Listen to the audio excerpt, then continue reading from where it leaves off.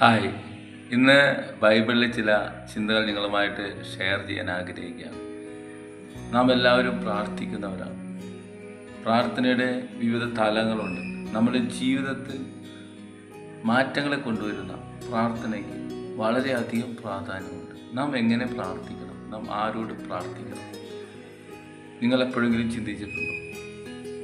നാം സാധാരണയായി നമ്മുടെ ആവശ്യങ്ങളെ മാത്രം മുന്നിലേക്ക് വെച്ച് കാര്യസാധ്യത്തിന് വേണ്ടി ദൈവത്തിൽ ആശ്രയിക്കുന്നവരാണ് ഭൂരിഭാഗം പറ്റും. എന്നാൽ ദൈവം നമ്മളെ ഈ ഭൂമിയിലാക്കി വെച്ചിരിക്കുന്നത് എന്തിനാണ്? എപ്പോഴെങ്കിലും ചിന്തിച്ചിട്ടുണ്ടോ?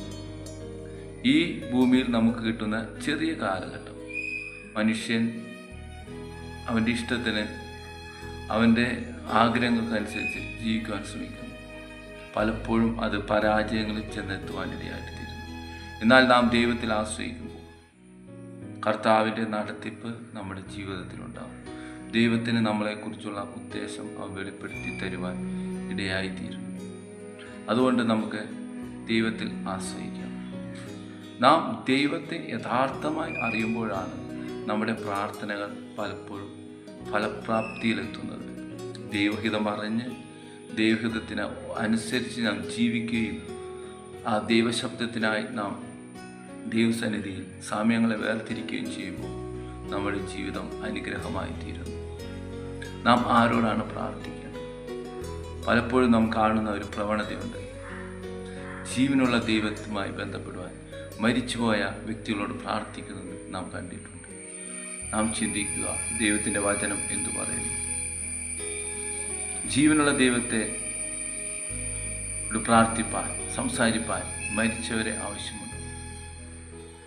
ജീവനുള്ള നമുക്ക് ജീവനുള്ള ദൈവവുമായി ബന്ധപ്പെടുവാൻ ദൈവം വെച്ചിരിക്കുന്ന ഒരു വഴിയാണ് യേശുക്രിസ്തു.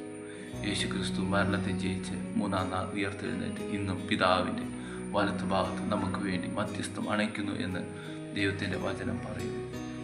അതിനാൽ വചനം പറയുന്നു, മനുഷ്യനും ദൈവത്തിനുമിടയിൽ ഏക മധ്യസ്ഥൻ, അത് മനുഷ്യനായ യേശുക്രിസ്തു തന്നെ. ആ യേശുക്രിസ്തുവിൽ നമുക്ക് ആശ്രയിക്കാം. നമ്മുടെ പ്രാർത്ഥനകൾ ഏറ്റവും ഫലവത്തായി ദൈവസന്നിധി എത്തിച്ചേരുവാനുള്ള മാർഗമാണത്. ഈ ദിവസങ്ങളിൽ ആ വെളിപ്പാടിൽ നിന്ന് നമുക്ക് നമ്മുടെ പ്രാർത്ഥനയ്ക്ക് മറുപടികൾ പ്രാപിപ്പാൻ പരിശുദ്ധാത്മാവ് നമ്മളെ സഹായിക്കട്ടെ. God bless you. ആമേൻ.